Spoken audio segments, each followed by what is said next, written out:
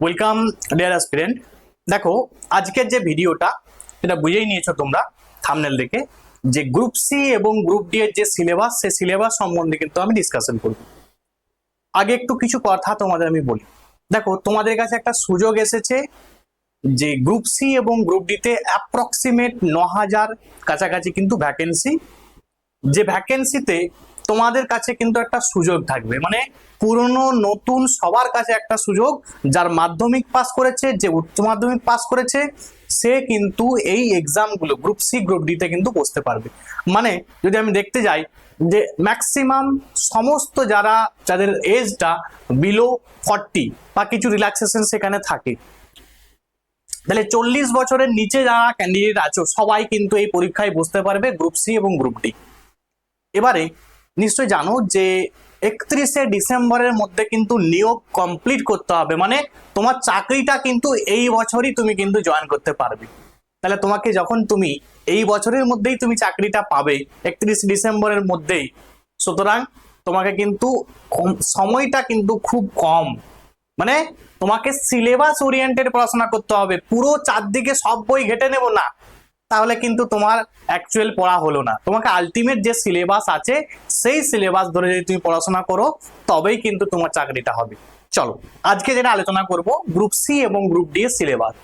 যারা এই সিলেবাস পেতে চাইছো বা যারা ফ্রি ক্লাস চাইছো তারা কিন্তু আমার টেলিগ্রাম গ্রুপে আমি ডেসক্রিপশনে লিংক দেবো, সেখান থেকে তোমরা জয়েন করতে পারো, বা টেলিগ্রাম গ্রুপ এবং হোয়াটসঅ্যাপ গ্রুপ দুটোতেই তোমরা কিন্তু জয়েন করে যাবে। আমি কিন্তু এর পিডিএফটা ওই গ্রুপের মধ্যেই কিন্তু আমি দিয়ে দেবো। চলো আমি শুরু করি এবারে গ্রুপ সি এর সিলেবাসটা। আজকে দেখো গ্রুপ সি এ টোটাল কিন্তু আমাদের 4টা ভাগ আছে, এ বি সি ডি করে 4টা ভাগ আছে, ঠিক আছে? মানে একটাই এক্সাম হবে কিন্তু 4টা পোর্শন আছে। কোন কোন পোর্শন থেকে একটু দেখে নাও। দেখো 4টা 15, মানে 4টাই 15 নাম্বার করে, 4-15 টোটাল কিন্তু আমার মার্কস কত না 60 মার্কস, 60 নাম্বারে কিন্তু আমার টোটাল এক্সামটা হবে। ক্লিয়ার? এবারে 60 নাম্বারের এক্সামটা যেটা হবে কোন কোন জায়গা থেকে 15 নাম্বার করে, দেখো একদম সুন্দর করে লেখা আছে জেনারেল নলেজ। এখান থেকে থাকবে 15টা কোশ্চেন এবং 15 নাম্বারের, সেটা ক্লিয়ার। এরপর দেখো কি আছে কারেন্ট অ্যাফেয়ার্স। দেখো এই যে কারেন্ট অ্যাফেয়ার্স মনে রাখবে, এর কারেন্ট কিন্তু নেই, মানে আমি বোঝাবো কেন কারেন্ট নেই, বললাম বোঝাবো আমি। এখান থেকেও 15টা কোশ্চেন থাকবে 15 নাম্বারের, ক্লিয়ার। আচ্ছা, জেনারেল ইংলিশ, মানে ইংলিশ থেকে থাকছে 15টা কোশ্চেন 15 মার্কসের, এবং অ্যারিথমেটিক মানে যেটা পাটিগণিত আমরা বলি, বীজগণিত কিন্তু নয়, বারবার বলছি বীজগণিত কিন্তু নয়, পাটিগণিত, ঠিক আছে? এবং মনে রাখবে পরিমিতির কিছু কিছু বার থেকেও কিন্তু কোশ্চেন এসে যায়। দেখো বলে যে অনেক কোশ্চেনে অনেক জায়গাতেই কিন্তু বলে যে পাটিগণিত অ্যারিথমেটিক, কিন্তু দেখবে সেখান থেকে পরিমিতির ধরো ত্রিভুজ চতুর্ভুজ এই সমস্ত জায়গা থেকে কিন্তু কোশ্চেন এসে যায়, মানে এই জায়গাটাও কিন্তু তোমাদেরকে একটু দেখতে হবে। ক্লিয়ার? তাহলে 4টা জায়গা, প্রত্যেকটা পার্টে 15 করে, 4-15 60 নাম্বার, 60 নাম্বারের কিন্তু কোশ্চেনটা কিন্তু হবে। ক্লিয়ার? আচ্ছা এবারে আমরা একটু দেখে নিই যে প্রত্যেকটা জায়গা, আমি তো বলে দিলাম তোমাদের জেনারেল নলেজ, তাহলে জেনারেল নলেজের কোন কোন জায়গাটা পড়তে হবে একটু দেখে নাও তোমরা, ঠিক আছে? তাহলে একদম ক্লিয়ার তোমরা হয়ে যাবে। চলো চলো আমি তোমাদের দেখিয়ে দিই।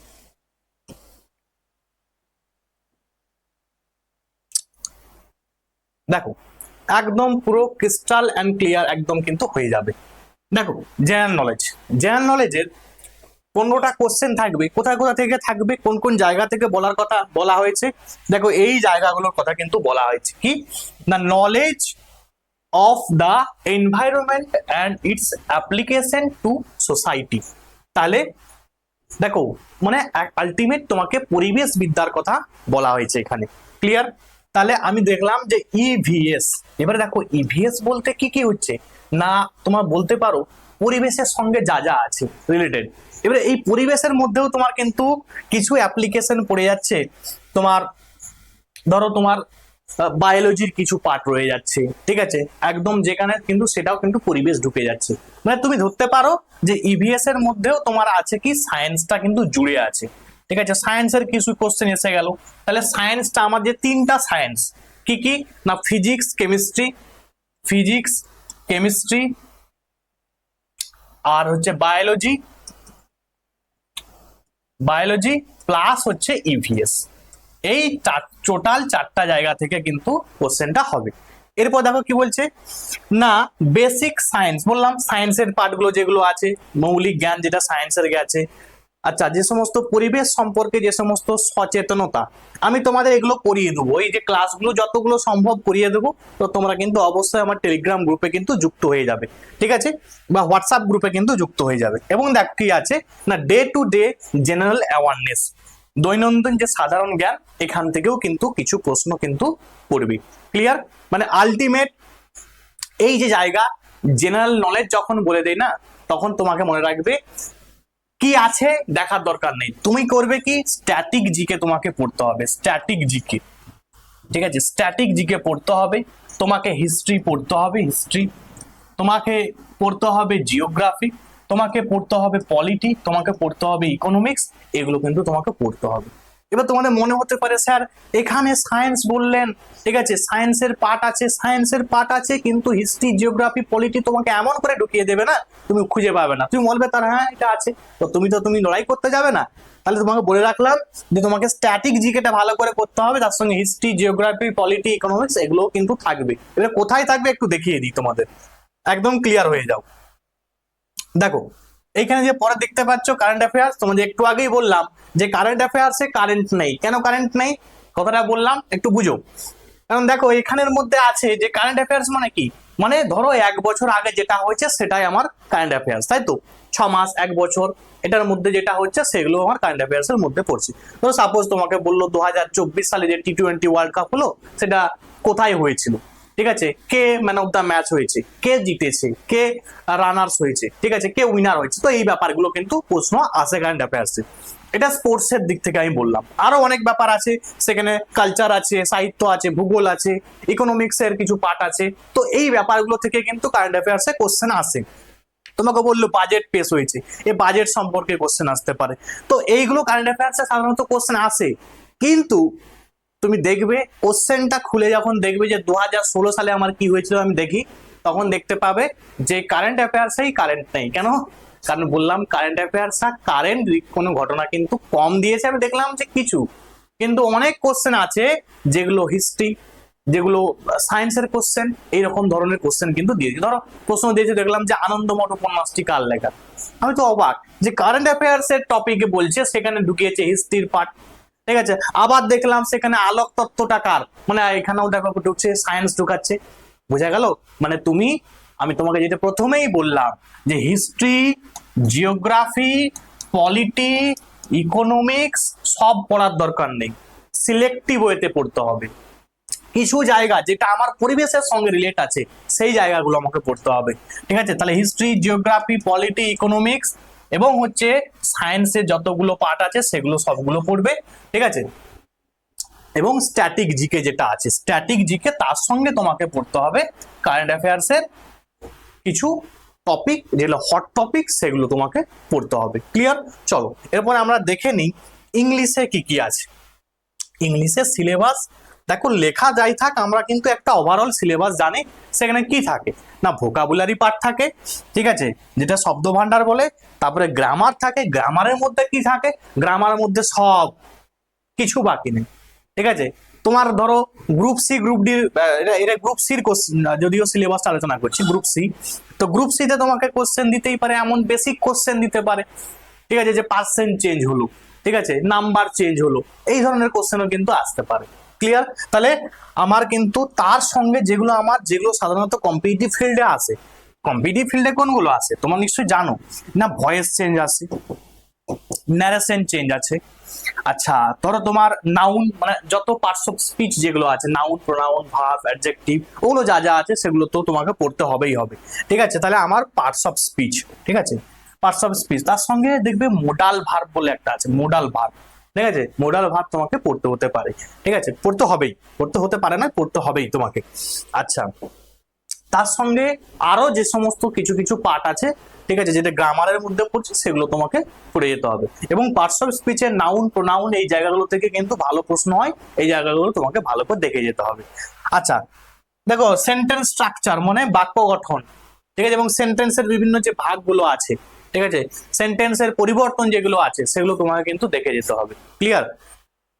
আচ্ছা সিনোনিম অ্যান্টোনিমস মানে তোমার সমার্থক শব্দ এবং বিপরীতার্থক শব্দ, ঠিক আছে, যেটাকে সিনোনিম অ্যান্টোনিম, এগুলো কিন্তু থাকবে।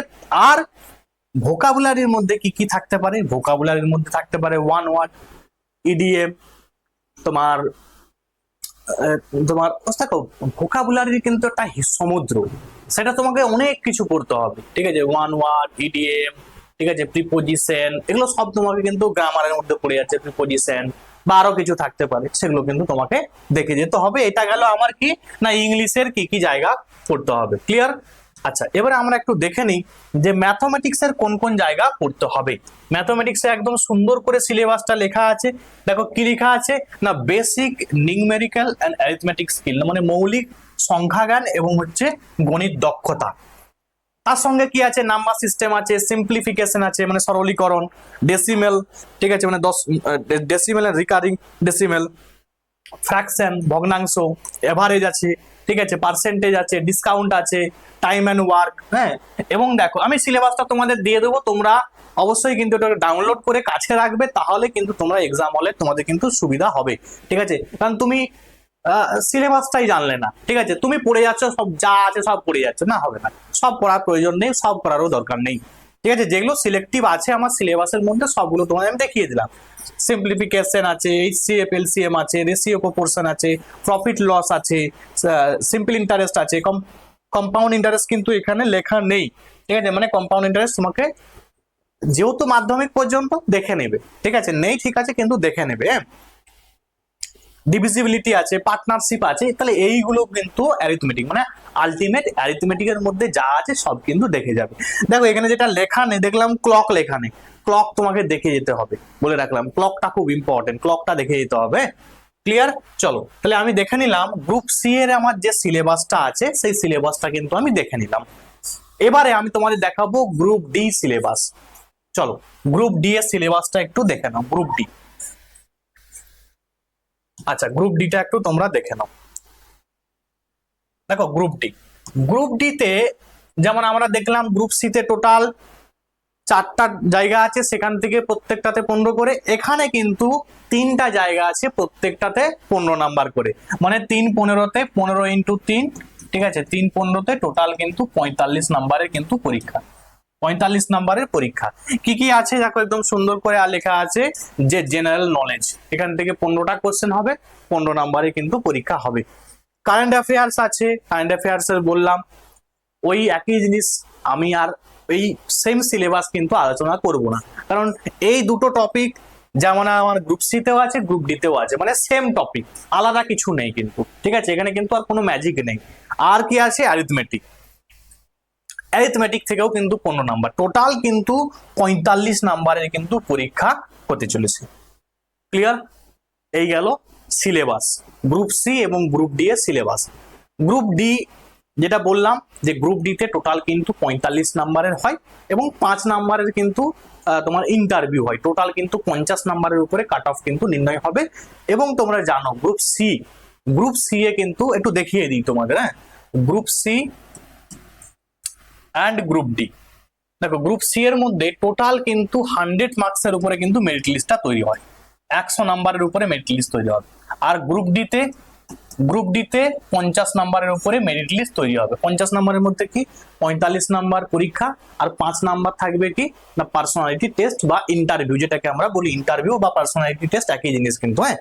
আর এইটা থেকে মনে রাখবে এই 100 নাম্বারের 60 নাম্বার বললাম পরীক্ষা, আচ্ছা 25 number computer and its application, ঠিক আছে, কম্পিউটার এবং তার অ্যাপ্লিকেশন এবং টাইপিং এইগুলো থেকে কিন্তু নেবে। এবং সেখানে কিন্তু এরকম লেখা নেই যে 6 মাস 3 মাসের সার্টিফিকেট প্রয়োজন, এগুলো কিন্তু লেখা নেই। কিন্তু তোমার যদি সার্টিফিকেট থাকে একটা 1 বছরের বা 6 মাসের বা 3 মাসের, তখন তুমি শো করতে পারলে যে স্যার আমার এটা সার্টিফিকেটটা আছে, মানে কম্পিউটার সম্বন্ধে আমার নলেজ আছে। কারণ যে গ্রুপ সি হবে তাকে কিন্তু কম্পিউটারে বসতে হবে, কারণ ধরো স্কুলের যে কাজগুলো হয় আর কি, ধরো তোমার কোনো কোশ্চেন তৈরি করা বা অন্যান্য কিছু যেটা আগে মানে বাইরে থেকে করা হতো, সেটা কিন্তু দেখা গেল যে হঠাৎ কিছু একটা কোশ্চেন করতে হবে, তখন কি করা হয় না যে মানে ওখানে যে গ্রুপ সি থাকে তাকে কিন্তু ওই কাজগুলো দেওয়া হয়, স্যালারি স্লিপ রেডি করা। তাহলে এগুলোর জন্য তোমার কিন্তু কম্পিউটারের নলেজ থাকতে হবে, মানে কম্পিউটার তোমাকে জানতে হবে। ওই জায়গাটা থেকে কিন্তু 25 নাম্বার, 5 নাম্বার থাকে পার্সোনালিটি টেস্ট, ঠিক আছে, তাহলে হয়ে গেল কত 90 নাম্বার, এবং 10 নাম্বারে থাকে কি না তোমার একাডেমিক যে স্কোর থাকে সেটার উপরে কিন্তু 10 নাম্বার থাকে। এই গেল আমার টোটাল 45 এবং 50 এবং 100 নাম্বারের গ্রুপ সি এবং গ্রুপ ডি এবং তাদের সিলেবাস। এবারে তোমার কাছে সুযোগ, তুমি লড়াই শুরু করো আজ থেকেই। কাল করব বললে কিন্তু হবে না, আজ থেকেই তোমাকে শুরু করতে হবে এবং তোমাকে একটা চাকরি কিন্তু পেতে হবে, নিজের পরিবারের মুখে কিন্তু তোমাকে হাসি ফোটাতে হবে। ঠিক আছে, আজকে এখান পর্যন্ত। যদি ভিডিওটা ভালো লাগে অবশ্যই কিন্তু বন্ধুদের মধ্যে শেয়ার করে দাও। আর যারা আমার ফ্রি ক্লাস চাইছো বা গ্রুপে কোনো হেল্প চাইছো বা সিলেবাস পেতে চাইছো, তারা কিন্তু আমার টেলিগ্রাম বা হোয়াটসঅ্যাপ গ্রুপে কিন্তু আমার যুক্ত হয়ে যাবে, আমি কিন্তু লিঙ্ক দিয়ে দেবো। ঠিক আছে, আজকে এখান পর্যন্ত। Thanks for watching.